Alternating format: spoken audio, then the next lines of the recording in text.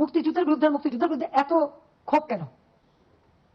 মুক্তিযোদ্ধাদের নাতিপুতিরাও পাবে না, তাহলে কি রাজাকারের নাতিপুতিরা পাবে? আর মুক্তিযোদ্ধাদের বিরুদ্ধে কথা বলার অধিকার তাদেরকে দিয়েছে। আর সবথেকে একটা জিনিস দেখলাম, খুব অদ্ভুত লাগলো আমার কাছে, মুক্তিযোদ্ধার নাতি সে ভর্তি হয়েছে মুক্তিযুদ্ধ কোটা ইউনিভার্সিটি।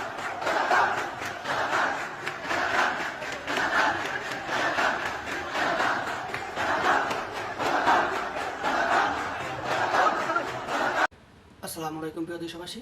আজ আপনাদের মাঝে আমি দুটি কথা বলতে চাই। যে বিষয়টি নিয়ে কথা বলার জন্য আপনাদের মাঝে হাজির হলাম, সেই বিষয়টি হচ্ছে কোঠা আন্দোলন।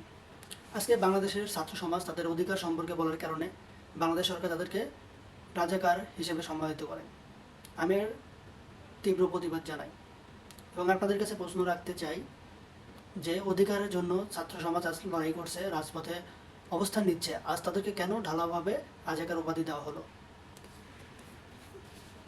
এখন প্রশ্ন হলো, ছাত্ররা কেন এই কোঠা আন্দোলন করছে, তাদের সমস্যাটা কোথায়? চলুন জেনে আসি কোঠার ইতিহাস। বাংলাদেশে কোঠার উদ্ভব ঘটেছিল বাংলাদেশের স্বাধীনতার পর বিশেষ প্রয়োজনে এবং সীমিত সময়ের জন্য। বঙ্গবন্ধু শাসনামলে 1972 সালে ইন্টারিম বা আন্তর্বর্তীকালীন রিক্রুটমেন্ট পলিসির মাধ্যমে মুক্তিযোদ্ধাদের 30% কোঠার কথা বলা হয়। এখানে ইন্টারিম বা এর মাধ্যমে বোঝানো হয়েছে যে এটি স্বল্প সময়ের জন্য। এরপর 1977 সালে তৎকালীন পে ও সার্ভিস কমিশনের একজন বাদে সকলেই এই কোঠার বিরোধিতা করেন।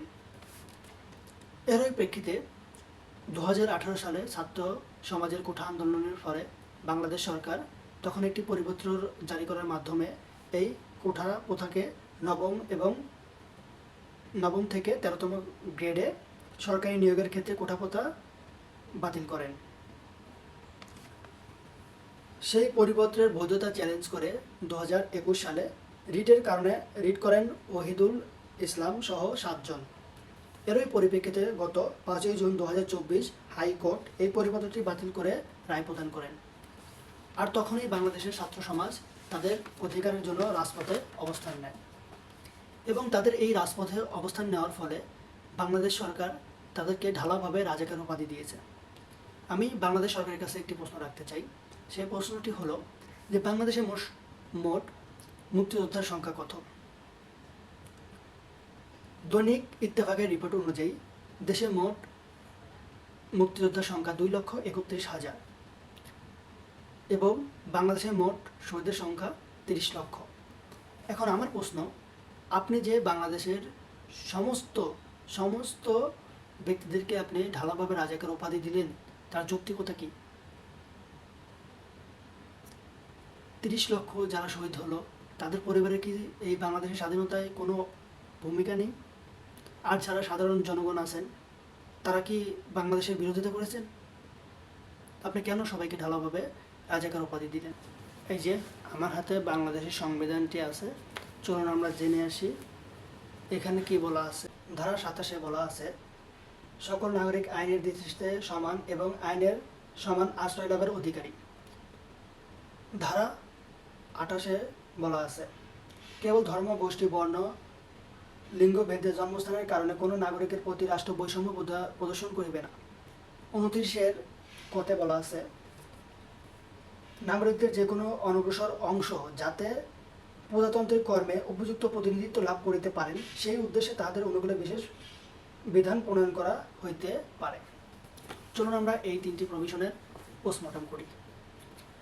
এখানে স্পষ্টভাবে বলা আছে যে রাষ্ট্র দেশের নাগরিকদের প্রতি কোনো রকম বৈষম্য